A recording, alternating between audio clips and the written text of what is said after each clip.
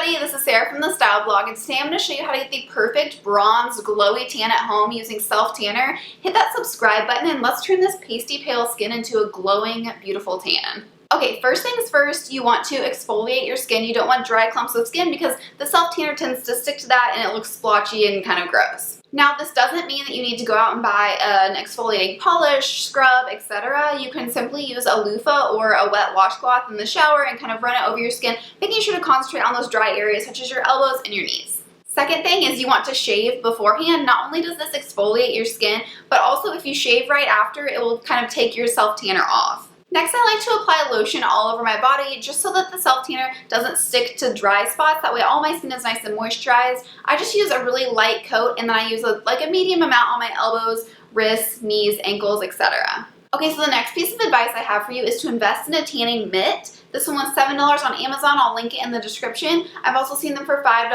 at Walmart and Target. This kind of just helps to keep our hands from getting gross, and I'm going to show you how we'll tan our hands toward the end. And lastly, I really recommend you find an old makeup brush. This one's just like a blending foundation brush. I'm going to show you how I do my face, my hands, and my feet with this. Okay, and today I'm going to use my favorite self-tanner of all time. This is the Tropez Express.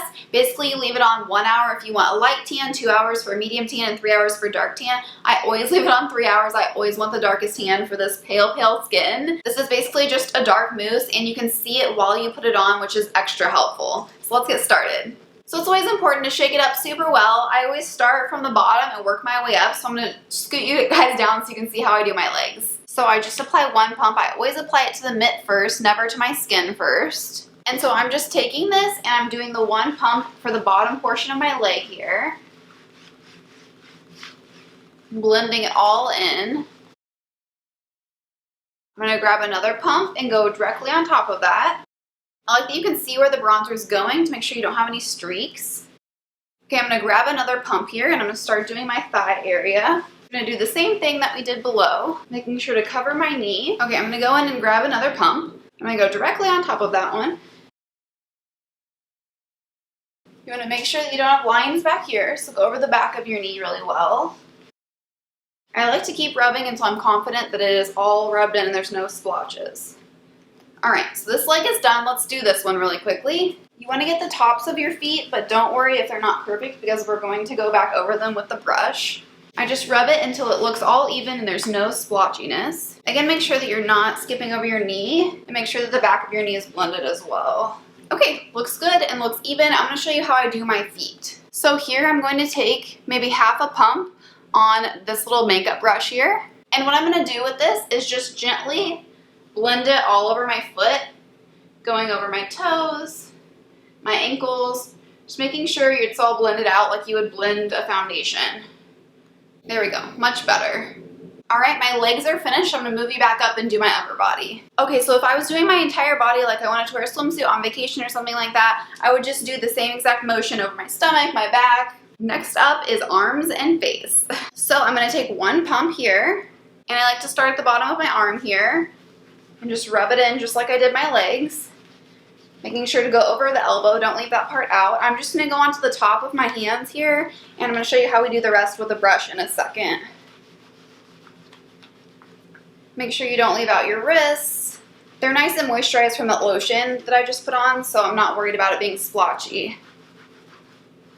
Okay, I'm gonna grab another pump for up here. Okay, so here's the second pump, and I'm gonna apply it to the top portion of my arm. I do like to go over my armpits. I know some people don't, it's just personal preference. Make sure you don't leave out any spots. I'm just gonna apply another pump here just because I like the extra coverage and I like it to be extra dark, but you don't have to. This is usually where I'll get streaks if I get them, so I just make sure that I look over this area super well and make sure that it's not splotchy. But it's looking pretty good. Okay, so let's move on to my hands. I'm gonna show you up really closely here.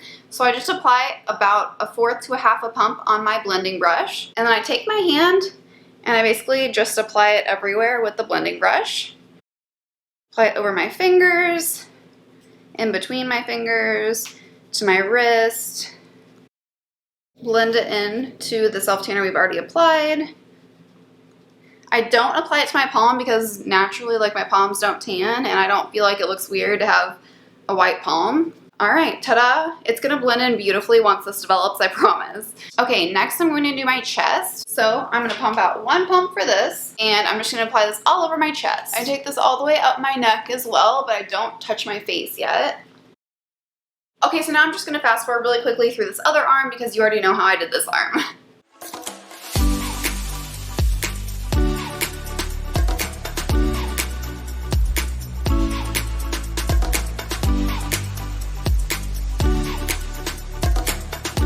Okay, and for my back, I basically do the same thing. So I just apply a pump on each side.